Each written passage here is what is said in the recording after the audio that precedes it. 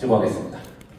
네, 제목은 클라우드 시큐리티로 하겠습니다. 근데 이제 오펜시브를 곁들임이라는 MG스럽고 싶은 제목으로 세션을 발표하게 된 권현준이라고 합니다. 우선 이 주제를 발표를 하기 이전에 먼저 말씀드리고 싶은 건 이 다텍이라는 컨퍼런스에 되게 여러 가지 기술적으로 굉장히 높은 성과라던가 아니면 좋은 연구 결과를 가지고 발표를 하시는 분들도 정말 많은데요. 우선 이 주제는 그렇게 막 기술적으로 뛰어나다거나 아니면 엄청난 연구 성과를 가지고 발표하는 세션은 아닙니다. 우선 클라우드 시큐리티를 하면 국내에서는 현재까지 디펜시브한 침해 세법 대응이라던가 아니면 아키텍처를 구성한다던가 이런 쪽에 조금 포커싱 되어 있는 부분이 있는데요.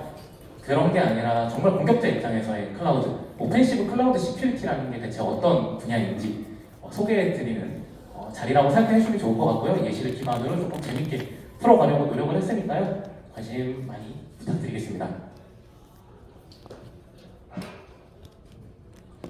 네, 우선 목차입니다. 목차는 첫 번째로 용어 정의 간단하게 할 거고요. 두 번째로 클라우드 공격 사례들을 몇 가지 다뤄보겠습니다. 그리고 세 번째로 클라우드 고트라는 오픈소스에 대해서 좀 말씀을 드리려고 하고요.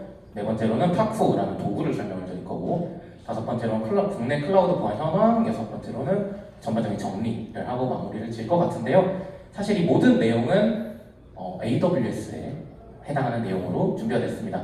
이게 사실 AWS가 아닌 다른 것도 설명을 드리면 좋겠지만 제가 AWS를 훨씬 많이 쓰기도 했고 또 이 40분에서 50분 사이의 발표로 모든 서비스, 모든 CSP를 다 다루기는 좀 어렵다 보니 AWS를 기반으로 작성은 됐으나 이 CSP라는 게 어찌 보면 용어들이 좀 다를지언정 대부분의 서비스 비슷하게 등장을 하거든요. 그래서 제가 이번에 말씀드리는 여러 가지 사례들이나 아니면 예시들이 다른 CSP에서도 충분히 참고하실 수 있을 거라고 생각을 합니다.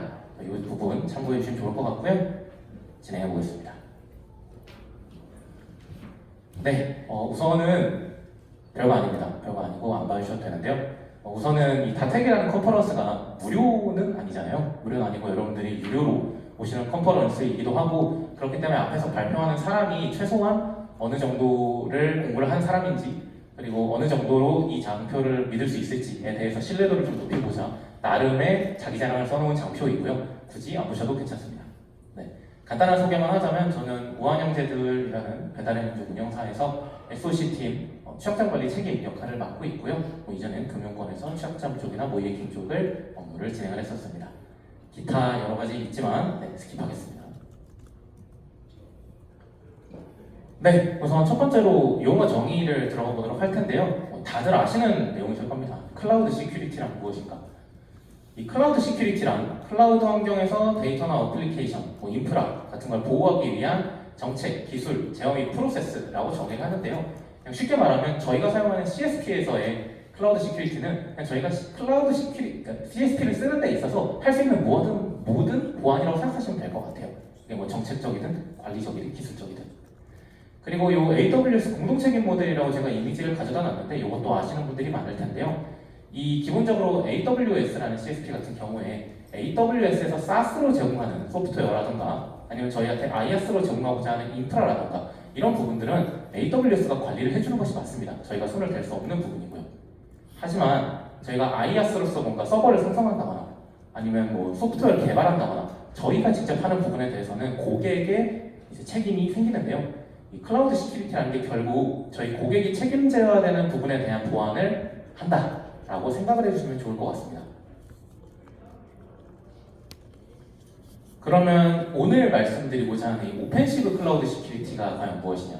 이 오펜시브 클라우드 시큐리티라 하면 기존의 방어적인 클라우드 보안 전략에서 벗어나서 적극적으로 공격자의 관점에서 클라우드 환경의 취약점을 분석하고 대응하는 접근 방식이라고 말씀드릴 수 있겠습니다. 그래서 단순히 방어벽을 좀 구축한다거나 탄탄히 하는 것을 넘어서 실제 공격 시나리오를 시뮬레이션하고 사전 예방 조치를 강화하는 것을 목표로 하는 분야다라고 생각해 주시면 좋을 것 같습니다. 그래서 몇 가지 공격 사례를 알려드릴 텐데요. 아마 여러분들 보셨을 겁니다. 이미 알고 계시는 사례의 확률이 높습니다. 이게 캐피탈원 사건이죠. 그래서 캐피탈원이라고 2019년도에 SSRF 취약점을 가지고 개인정보가 많이 유출된 사례가 있었는데요. 미국에 있는 금융기관이고요. 2019년에 발생을 했지만 실질적으로 그 영향도나 개인정보가 유출됐음을 알린 건 2021년도입니다. 미국과 캐나다에 걸쳐서 약 1억 600만 명의 해킹 피해자가 발생을 했고 약 14만 개의 사회보장번호라고 하는 개인정보와 8만 개의 은행 계좌번호 등이 탈취되었습니다. 이 취약점 같은 경우에는 SSRF 취약점, 웹 취약점이죠. 이용을 해서 AWS의 자격증명을 탈취를 한 뒤에 공격에 사용을 했습니다. 개인정보가 저장되어 있던 S3 버켓에 접근 가능한 권한이 있었다 보니 탈취한 권한을 이용해서 개인정보를 다운로드했던 건이고요. 이 공격에 대해서 이제 재현을 해놓은 곳들이 되게 여러 가지가 있었는데 이글루 시큐리티가 가장 잘 포스팅을 해두신 것 같아서 이 자료를 좀 참고해서 설명을 드리겠습니다. 우선 자세히는 안 보이실 겁니다. 주소창이 원체 작다 보니까 자세히는 안 보이실 텐데요. 이 대충 그림을 보시면 이 카드 디자인 스튜디오라고 되어 있습니다. 그러니까 제가 만들 카드에 대한 디자인을 임의로 좀 할 수 있는 기능이었고요. 이 URI 패스가 잘 보이진 않으시겠지만 프리뷰라는 단어를 품고 있습니다. 즉 미리 보기죠. 그러니까 제가 어떤 이미지를 넣을지를 선택을 하면 그걸 미리 보게 해줄 수 있는 기능이었던 거죠. 근데 특징이 있다면 이 URL이라는 파라미터를 받았다는 겁니다. 이 URL이라는 파라미터를 보시면 뭐 다른 건 보실 필요 없고 맨 앞에 S3 있죠. S3고 맨 뒤에 JPG 있습니다. 그러니까 실질적으로 제가 카드에 넣고자 하는 이미지를 뭔가 S3에서 가져와서 화면에 띄워주고 있었는데 이걸 굳이 파라미터로 보낸 이유는 프론트엔드에서 이걸 호출하는 게 아니라 그러니까 서버에서 직접 호출을 해서 응답으로 내려주겠다라는 의미였겠죠. 그래서 여기다 그냥 제가 넣는 아무 이미지나 들어가나 뭐 아무거나 넣어본 겁니다. 아무거나 넣어보면 밑에 뭐 살짝 안 보이실 것 같은데 저희 고양이 귀가 살짝 있거든요. 캣 미인스라고 되어 있잖아요. 고양이 귀가 살짝 들어가는 걸 보고 저 URL 부분을 내가 입력을 하면 사용자의 입력값에 맞게 서버에서 뭔가가 발생을 하는구나 라는 걸 판단을 할 수 있고 그 뒤에는 별게 아닙니다. 이제 잘 안 보이시겠지만 그 AWS의 EC2에는 IMDS라는 서비스가 있습니다. 그러니까 인스턴스의 메타데이터를 조회할 수 있는 서비스고요. 이 서비스는 기본적으로 169.254.169.254라는 링크 로컬 어드레스를 사용하고 있습니다. 그래서 SSRF 취약점이 가능할 거다라고 판단을 하고 거기에 IMDS 메타데이터를 조회할 수 있는 주소를 넣은 겁니다. 그러면 이제 원래는 이런 공격은 요즘에는 잘 안 되죠. 잘 안 되지만 그때 당시에는 성공을 했고요. 이게 성공하게 되면 그 서버를 장악한다는 느낌보다는 그 서버가 가지고 있는 AWS 내에서의 권한을 똑같이 획득할 수 있습니다. 어떤 걸 기반으로 획득을 하냐? 응답에 들어와 있는 액세스 키라던가 시크릿 키라던가 아니면 밑에 있는 이제 토큰 이 세 개를 조합해서 동일한 권한을 얻어낼 수 있습니다. 그러면 이제 공격자 입장에선 그냥 이 얻어낸 키를 공격자 PC에서 AWS configure해서 등록을 한 뒤에 AWS 명령어를 치기만 하면 되는 겁니다. 물론 이제 여기서 이글루 시큐리티 간단하게 그냥 AWS S3 LS 해가지고 뭐 바로 S3에 권한이 있다라는 걸 확인을 하셨지만 이렇게 물론 바로 처밥되지만 보통은 이 탈취한 권한이 어떤 것까지 가능한지를 쭉 공격을 하면서 타고 들어가서 이 제가 목표하는 데이터까지 뽑아내는 과정이 필요해요. 네, 여기서는 스킵이 되어 있는데 뒤에 예시를 보시면 어떻게 좀 공격을 수행을 하는지 아실 수 있으실 겁니다. 그래서 사실 이런 SSRF 취약점을 이용한 공격의 예방 방법이 되게 단순하죠. SSRF 취약점 조치를 위해서 화이트리스트 기반의 필터링 정책을 추가해라 하는데 이것도 쉽지 않죠. 사실 그리고 이거는 오늘 주제랑 조금 안 맞는 웹해킹에 대한 취약점 조치가 있어야 되겠죠.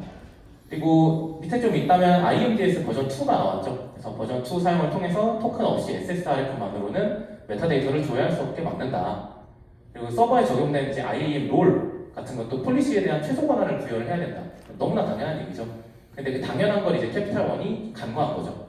사실 EC2 서버에서 굳이 개인정보가 저장된 S3에 있는 데이터를 가져가는 권한이 필요치 않습니다. 근데 그런 게 들어가 있다 보니까 불필요한 S3 버켓 조회 권한이라든가 다운로드가 가능해서 개인정보까지 이제 탈취가 된 거죠. 그런데 이게 이제 너무 흔하잖아요. 흔한 자료입니다. SSRF로 메타데이터 추출해서 공격하는 건 너무 쉽죠. CTF도 많이 나오고요. 그래서 다른 건 없나? 그래서 다른 걸 하나 또 준비를 했는데요. 요거는 이제 그냥 별거 없는 웹사이트입니다.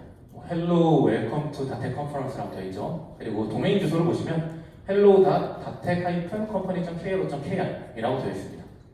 이 도메인을 기반으로 NS 로그업을 해보시면 밑에 한번 길게 써져 있는데 canonical name이라고 되어 있어요. Cname이죠. Cname으로 이 도메인이 진짜 가리키고 있는 곳이 어딘지를 볼 수 있는데 이 도메인 주소 그대로 따라한 뒤에 .s3 웹사이트 .regionnow가 amazon aws.com 이걸 보고 저희가 알 수 있는 점은 이 사이트가 뭔가 서버에 뭔가를 올려서 막 동작시키는 웹이 아니라 S3 버켓을 이용해서 S3 버켓에 있는 정적 웹사이트 호스팅 기능을 이용해서 만든 웹이구나 라는 거를 판단할 수 있습니다. 일단 판단만 해놓는 거예요. 그리고 조금 시간이 지나서 다시 들어가 보니 똑같이 들어갔는데 아까랑 다른 결과가 나옵니다. 404 not found가 나오면서 코드가 no search bucket이라고 나오기 시작을 하죠. S3 버킷이 not found 이거는 연결된 버킷이 일단 없다는 얘기죠, 도메인에. 그리고 버킷 이름은 아시다시피 중복될 수 없습니다. 그 어떤 계정과도 중복될 수 없어요. 굉장히 유니크하고 전 세계에 하나뿐이죠. 자, 그렇다면 이 버킷 이름을 어떻게 만드는지 저희는 알죠. 정적 웹사이트 호스팅 특징상 도메인과 동일한 이름의 버킷을 생성을 해야 되거든요. 그럼 제가 만들게 되면 어떻게 될까요?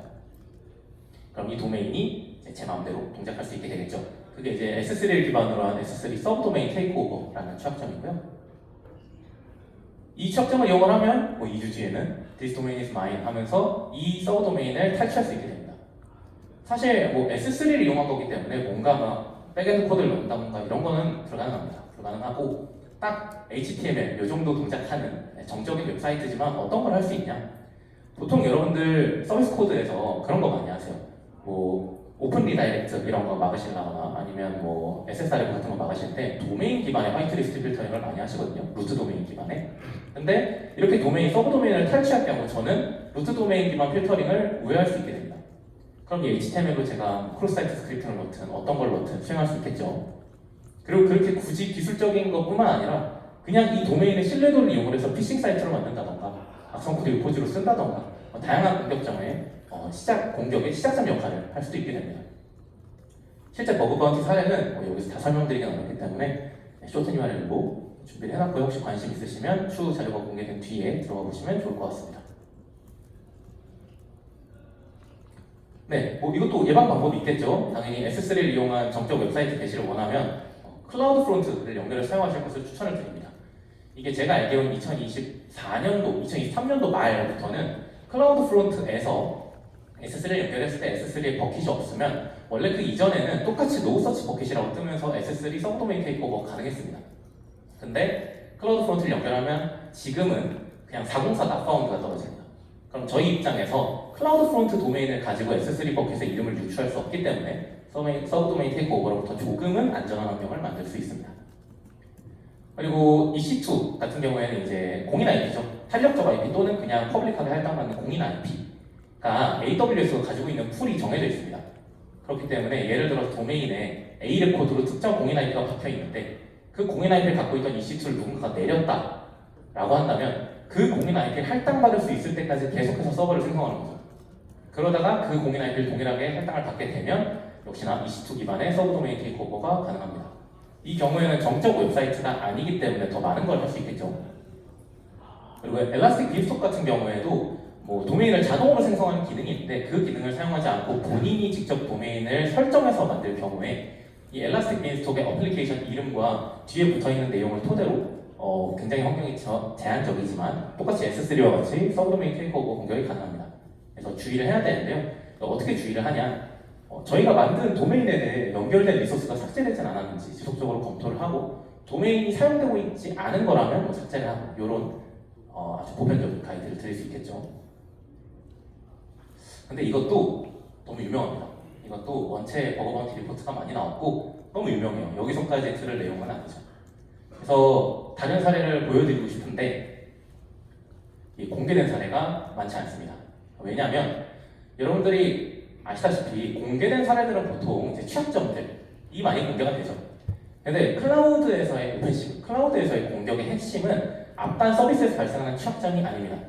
그 뒷단에 있는 레터럴 무브먼트가 목적이죠. 흔히 이제 레터럴 무브먼트라고 한다면 침해 사고 대응하시는 분들이 많이 듣게 되는 단어이실 텐데요. 내부 침투를 위해서 뭔가 서버를 하나 탈취를 했다면 측면으로 계속 이동해 가면서 더 권한이 많은 서버, 더 데이터가 많은 서버를 간다던가 더 제가 원하는 데이터를 들고 있는 RDS를 찾는다던가 등등 계속 이동해가면서 침투하는 그런 기법을 레터럴 무브먼트라고 합니다. 지금 이 그림을 보시면 저희가 보통 하는 취약점은 이제 서비스와 어태커 사이에 발생하는 취약점, 아까 예시로 말씀드린 뭐 SSRF 같은 걸 많이 찾게 되죠. 사실 제가 보는 오펜시브 클라우드 시큐리티는 그 뒷단입니다. 실질적으로 제가 공격을 당했을 때 이 공격을 통해서 대체 우리 회사가 어디까지 공격을 당할 수 있는지를 판단을 해야 된다는 거죠.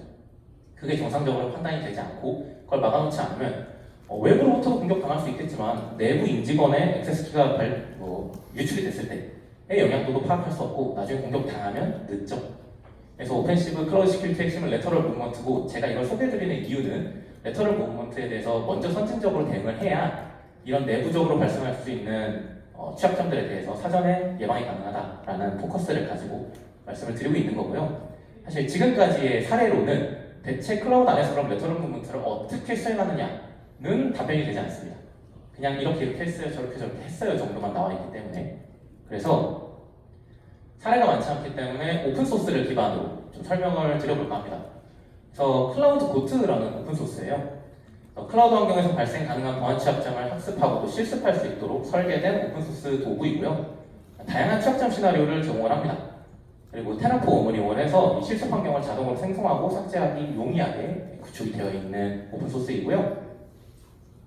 깃허브에 가시면 이런 식으로 구성이 되어 있는데 이 시나리오가 난이도별로 여러 가지가 있습니다. 여러 가지가 있는데 여러분들한테 이 오펜시브 클라우드 시큐리티라는 걸 흥미롭게 소개하면서도 좀 볼만한 볼거리가 있는 시나리오가 뭐가 있을까? 좀 흥미진진하면서도 실제로 일어날 수 있을 만한 시나리오가 뭐가 있을까?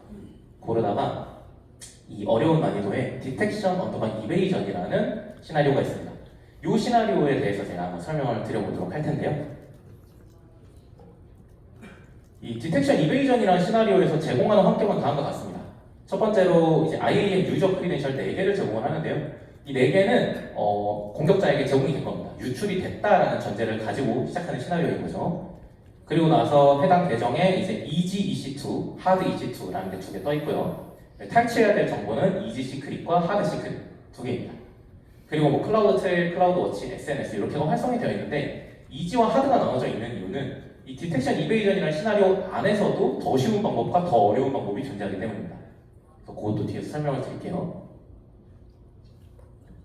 우선 이 시나리오의 특징은 이 클라우드 트레일을 기반으로 한 뭔가 보안팀의 탐지에 걸리지 말아야 된다는 겁니다. 클라우드 트레일 안에 추적 로깅을 통해서 클라우드 워치 알람이 발생할 수 있고 이 클라우드 워치 알람은 SNS를 통해서 보안 담당자에게 전달이 되는 구조입니다.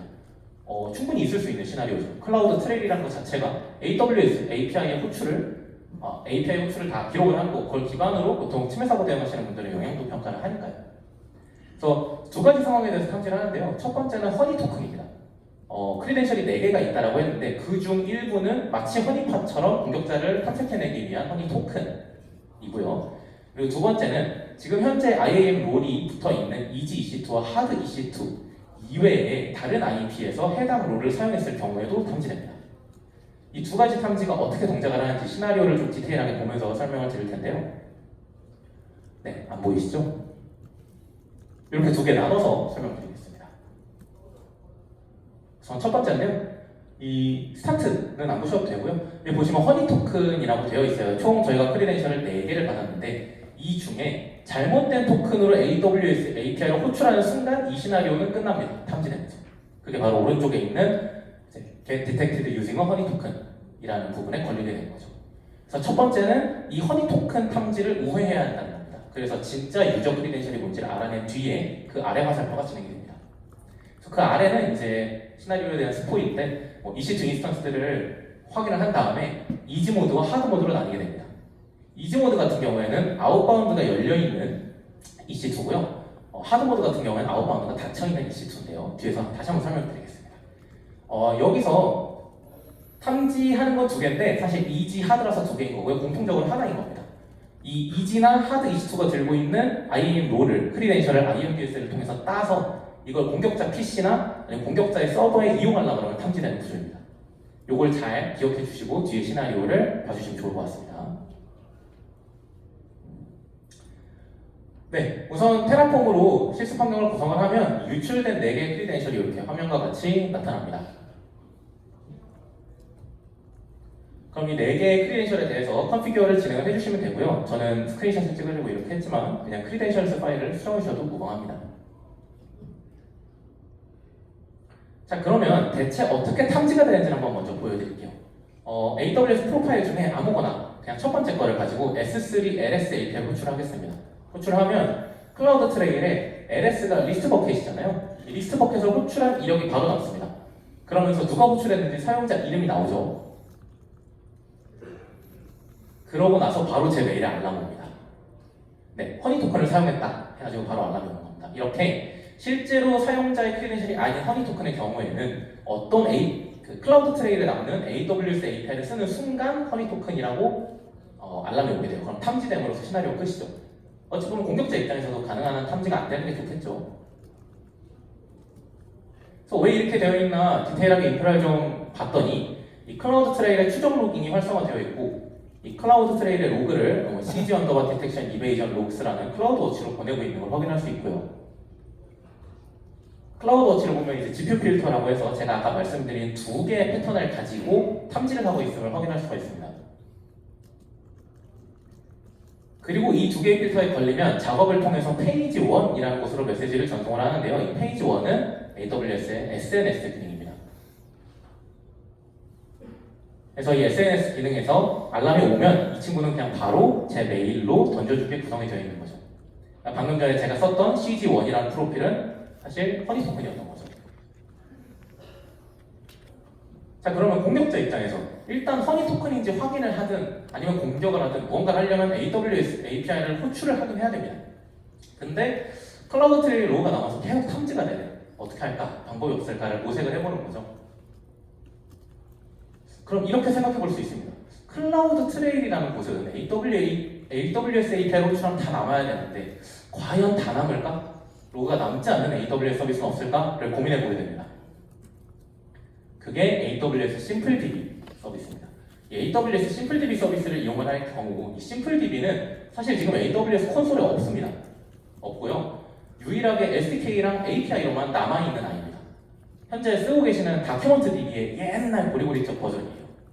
그러다 보니까 콘솔에선 막아놨는데 API는 또 계속 유지를 해야 되나 봐요. 그래서 완전 EOL 되진 않은. 그래서 클라우드 트레일 로그에는 안 남는 거예요. 실제로 테스트를 해보면 지금 이 그림 보시면 이제 스크린샷이죠? CG1, 2, 3, 4에 대해서 똑같은 명령어를 치는 겁니다. SDB 리스트 도메인즈, SimpleDB에 대해서 조회하는 거예요. 이걸 쳐보면 뭐 에러가 막 나오고 마지막엔 에러가 안 나옵니다.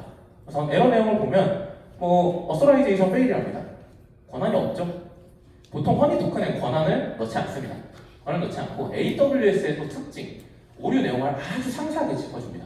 너가 누구이고 너가 무엇을 했기 때문에 너가 권한이 없어까지 다 응답을 해주기 때문에 내용을 보시면 실제 제가 등록한 액세스 키가 대체 누구인지 내용도 응답을 해줍니다. 그래서 첫 번째 보시면 까나리 토큰이라고 되어 있죠. 두 번째 보시면 스페이스 크랩, 세 번째는 UUID예요. 이 셋 다 보시면 사용자가 직접 만들었다고는 생각이 되지 않죠. 그렇기 때문에 저희가 저 에러 메시지를 토대로 이게 허니 토큰이겠구나라는 거를 판단할 수 있는 겁니다. 그리고 마지막에 보시면 응답이 안 옵니다. 응답이 안 온다는 건 권한이 있다는 얘기겠죠. 권한은 있는데 도메인이 없겠죠. 심플DB라는 서비스 자체가 지금 정상적으로 동작하지 않으니까요. 그래서 네 번째 게 정상적인 크리덴셜이구나 라는 걸 파악을 하고 첫 번째 관문을 넘어설 수가 있습니다.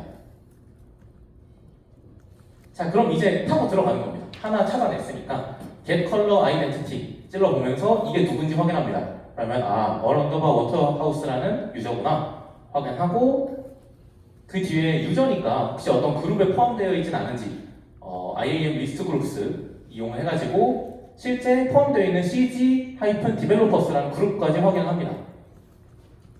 그럼 또 타고 들어가는 겁니다. 그룹에 있는 정책을 확인합니다. 다만 유저나 그룹 같은 경우에는 정책을 두 가지 방식으로 넣을 수가 있는데요. 첫 번째로는 유저나 그룹 자체에 인라인으로 넣는 방법이 있고요.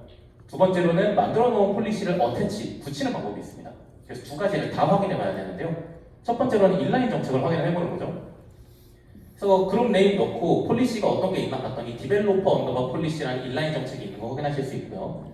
이 디벨로퍼 언더바 폴리시라는 거에 대해서 내용을 알려줘 라고 get 그룹 폴리시 API로 호출을 하면 이렇게 나옵니다.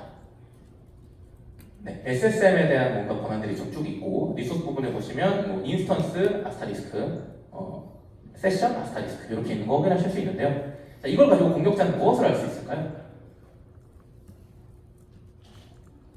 일단은 넘어갈게요. 이거 말고 또 봐야 되는 권한이 있으니까 한번 머릿속에 잘 기억해 놓으셨다가 내가 공격자라면 어떻게 할지 한번 생각해 보시면 좋을 것 같습니다. 자, 아까 안 본 것 중에 하나, 제가 인라인도 되지만 붙일 수도 있다고 말씀을 드렸죠. 그래서 붙어있는 폴리시도 확인하는 겁니다.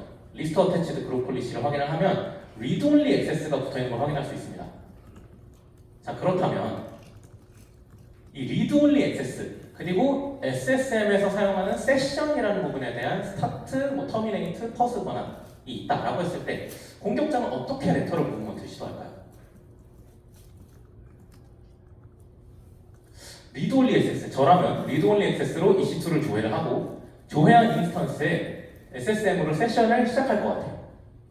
그러면 이 SSM의 세션 매니저 특성상 원격 접속이 팸키나 아이디 패스워드 없이 가능해집니다. 즉 레터럴 무브먼트 성공하게 되겠죠. 그래서 이 내용을 그대로 이제 이어가 보면 지금은 파쿠라는 도구를 미리 좀 보여드렸는데 원래는 AWS 프로파일을 이용해가지고 EC2 describe instance 명령을 치시면 EC2 리스트가 쭉 나올 겁니다. 파쿠에 대한 설명은 뒤에서 다시 드리도록 할게요. 그래서 어찌됐든 간에 이렇게 describe가 성공을 하면 인스턴스 아이디와 밸류가 나오겠죠. 제가 아까 말씀드린 EC2 인스턴스 두 개가 나올 겁니다. 이 중에서 이지 모드 먼저 설명을 드릴게요. 사실 이지의 경우에는 별거 없습니다. 그냥 일단 SSM 스타트 세션을 하면 아무런 인증 없이 권한만 있다면 바로 쉘로 들어가집니다. 그리고 이 SSM 에이전트는 어떻게 보면 굉장히 합법적인 백도어인데요. 굉장히 합법적이고 권한이 많은 백도어인데 SSM 에이전트라는 그 에이전트 자체가 동작하고 있는 유저 있죠? 이 유저가 수도 권한을 기본적으로 가지고 있습니다. 그러니까 즉 뭔가 별도의 프리빌리지 에스컬레이션 없이 그냥 루트 사용이 가능합니다. 그래서 들어가자마자 바로 그냥 수도 su 해갖고 루트로 에스컬레이션 한 뒤에 uname-r합니다. 이거는 커널 정보를 보고 제가 패키지 관리자가 어떤 걸 써야 될지 판단하기 위해 쓰고요. 그 밑에 이제 여기서도 AWS API를 쓸 수 있겠죠. 근데 설치가 안 되어 있어서 설치하는 과정입니다. 그리고 설치하고 나서 그냥 똑같습니다. get color identity, 바로 제 권한이 뭔지. 지금의 권한은 실제 제가 레터럴 무브먼트로 원격 접속한 서버의 권한이 되겠죠. 이 친구가 가지고 있는 게 이제 CGID 뭐시기 언더바 EV라고 되어 있죠. 그리고 이 친구에 대해서 이제 똑같이 권한이 어떤 게 들어가 있는지 폴리시를 확인하고 싶은데 보시면 맨 마지막에 access denied가 됩니다. 네, 디테일하게 권한을 볼 수까지는 없는 그런 권한을 가지고 있는 거죠. 자, 이런 경우에 저희는 사실 정답을 알고 있잖아요. 시크릿 매니저에서 빼가야 된다는 걸 알고 있으니까 그냥 시크릿 매니저로 리스트 시크릿 호출해가지고 get 시크릿 해서 시크릿 가져가면 이지 모드는 끝입니다. 근데 보통 공격자라면 시크릿을 가져갈 수 있는지 이런 거를 모르잖아요. 그럴 때 이제 이따가 설명드리는 파쿠나 아니면 클라우드 폭스와 같은 오픈소스 그 페네트레이션 도구를 이용해서 브루트 포싱을 사용을 합니다. 가능한 API를 막 호출해 보는 거예요. 네, 그런 걸 통해서 권한을 또 확인할 수 있다라는 거 말씀드리고 싶고요. 사실 이렇게 하면 이지 시나리오가 끝입니다. 서버 하나를 레터럴 무브먼트로 장악했다. 이러면 이지는 끝. 그렇다면 하드는 뭐냐? 하드는 이 클라우드 트레일 로깅을 또 바이패스하는 테크닉이 하나 더 필요합니다. 우선 아까 말씀드렸다시피 아웃바운드가 차단되어 있는데요. 그냥 다른 거 보실 필요 없고 다 똑같습니다. 다 똑같은데 레터럴 무브먼트 그 SSM 세션 매니저로 하드모드 인스턴스에 들어왔을 뿐입니다. 들어온 상태로 똑같이 AWS 명령을 치면 응답이 안 옵니다. 이 AWS API 호출의 결과는 반드시 두 개여야 합니다. 권한이 없다, 권한이 있다면 정보. 근데 안 온다는 건 제3의 응답이죠. 그래서 핑을 쳐봅니다. 핑을 쳐봤는데 안 나갑니다. 자, 이걸 통해서 저희는 이 인스턴스 뭔가 격리되어 있는 인스턴스구나 라는 상황을 파악할 수 있습니다. 그럼 아웃바운드 리퀘스트가 안 나가는데 내가 어떻게 공격을 하지? 왜? 저희가 아까 말씀드렸듯 인스턴스의 IP는 로깅이 안 되는데, 그러니까 알람이 안 오는데 이 인스턴스가 갖고 있는 권한을 가지고 다른 IP에서 호출하면 알람이 오도록 지금 지표 필터가 설정되어 있었잖아요. 그럼 대체 이걸 어떻게 안 걸리고 할까? 우선 시크릿 그룹 먼저 보면 이게 아웃바운드 443만 열려 있습니다. 443이 열려 있다는 건 말이죠. AWS API 같은 경우에 기본적으로 도메인을 기반으로 HTTPS 호출을 하는데 이 DNS 쿼리에 실패를 하게 됩니다. 그러면서 IP 주소를 알아올 수가 없으니까 호출이 안 되는 거죠. 자, 그렇다면 저희에게는 일단은 이 인스턴스로 아무것도 할 수 없습니다. 뭔가 밖으로 내보낼 수가 없어요. 다음 저희는 우선 이 친구가 가지고 있는 권한을 어떻게든 제가 쓰기 위해서 이 크리덴셜을 받아올 필요성이 있어요. 근데 앞에 시큐리티 그룹이 있죠. 뒤에 방어벽이 있죠. 이 방어벽이 있는데 IMDS가 호출이 되냐라고 물으신다면 네, IMDS는 호출이 됩니다. 왜냐하면 시큐리티 그룹은 진짜 방어벽이라고 생각하시면 돼요. 이 IMDS 서비스는 AWS에서 제공하는 링크 로컬 어드레스죠. 그러니까 그 프라이빗 IP 대역에서만 접근이 가능한 IP이기 때문에 시큐리티 그룹까지 타지 않고 내부 통신을 합니다. 즉 시큐리티 그룹의 아웃바운드 정책과는 별개로 크리덴셜은 불러올 수 있는 거예요. 그럼 일단 불러옵니다. 뭐 명령어까지는 아실 필요가 없겠지만 밑에 보시면 이제 액세스 키, 시크릿 키, 토큰 확인할 수 있죠. 자, 그럼 하드 EC2 인스턴스는 아웃바운드가 차단돼서 AWS API를 쓸 수가 없죠. 일단은 IMDS로 IAM 롤의 템포러리 키까지는 확인을 했어요. 그러면 공격 PC나 뭐 제 개인 서버를 한번 이용을 해볼까 생각을 할 수 있겠죠. 근데 이러면 공인 IP가 클라우드 트레일에 남습니다. 네, 공인 IP가 뭐 물론 저라는 사람을 이 사소한 한 명을 추적하지는 않겠지만 이렇게 남죠. 그렇다면 가장 완벽한 방법은 이 클라우드 트레일의 로그가 남더라도 저를 유출할 수 없게 만드는 거겠죠. 그럴 때 쓸 수 있는 게 VPC 엔드포인트입니다. 이게 되게 웃기죠. AWS에서는 안정성을 위해 만들어 놓은 겁니다. 퍼블릭 통신을 할 수 없게. 그러니까 퍼블릭 통신이 아닌 프라이빗 통신으로도 충분히 AWS API를 안전하게 쓸 수 있게 만들어 놓은 도구이나 공격자 입장에서는 이를 역용할 수 있습니다. 구조는 다음과 같습니다. 별거 아닙니다. 이 어태커 어카운트죠. 그냥 제가 제 계정에다가 VPC 하나 만들고 공격용 서버 하나 만듭니다. 그리고 거기에 VPC 엔드포인트 하나 넣어놓고 옆에 있는 빅팀 어카운트를 보시면 아까 말씀드렸던 롤, 하드모드에 해당하는 권한이 있겠죠. 권한이 있고 그 밑에 탈취해야 되는 시크릿이 있을 겁니다. 이게 AWS는 결과적으로 계정으로 분리를 한다고 하더라도 이 서비스 자체는 통일된 하나입니다. 그렇기 때문에 제가 제 VPC에서 VPC 엔드포인트로 AWS 프라이빗 링크 기능을 이용해서 공인 IP 대역을 타지 않고 시크릿 메이저를 호출할 수 있다는 얘기죠. 그럼 클라우드 트레일 입장에서는 제 공인 IP 주소 알 수가 없습니다. 네. 다시 한번 설명드릴 텐데요. 이 클라우드 트레일 기본적으로 API를 호출한 소스 IP 어드레스를 기록을 합니다. 이게 보통은 공인 IP 주소죠. 이 공격자는 자신의 계정에서 공격 대상과 동일한 이전의 VPC 엔드포인트 생성하고요. VPC 엔드포인트가 위치한 VPC에 공격용 EC2 인스턴스 생성하고 이제 저희가 IMDS를 통해서 찾은 크리덴셜을 등록을 합니다. 그리고 나서 시크릿 메이저를 조회를 하면 VPC 엔드포인트를 타고 나간 경우 공인 IP가 아닌 사설 IP로 남게 되면서 공격자는 딱히 추적당하지 않게 되겠죠. 이 사설 IP 대역 자체도 서브넷을 만들 때 저희가 임의로 생성할 수 있습니다. 맘만 먹으면 1, 2.3, 4.56 정도 되겠죠.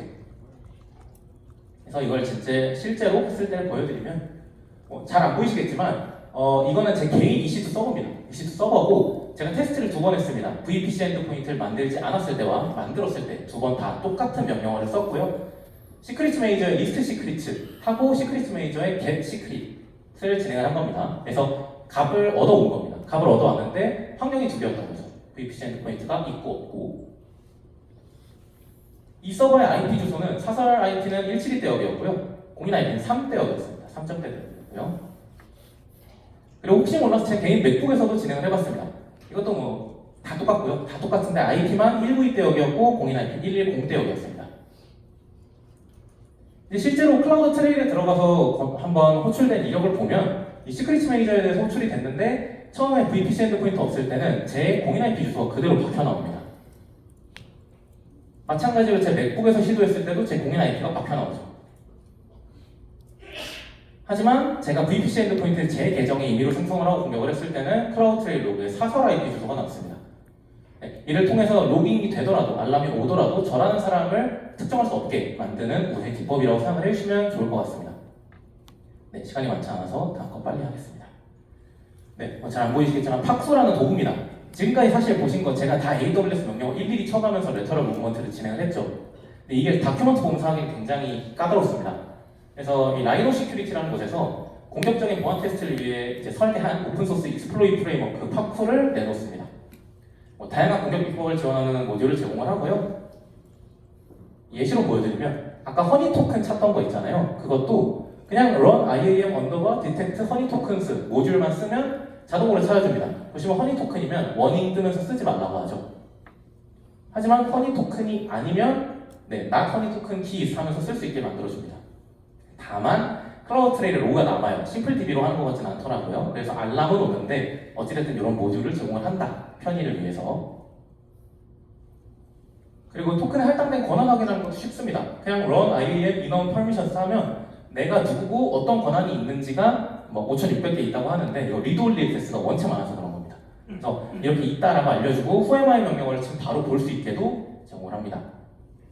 그래서 권한이 너무 많으니까 텍스트 파일로 저장을 해서 permission.txt를 확인을 해보면 이렇게 아까 확인했던 SSM 권한들이 있다는 걸 확인할 수가 있죠.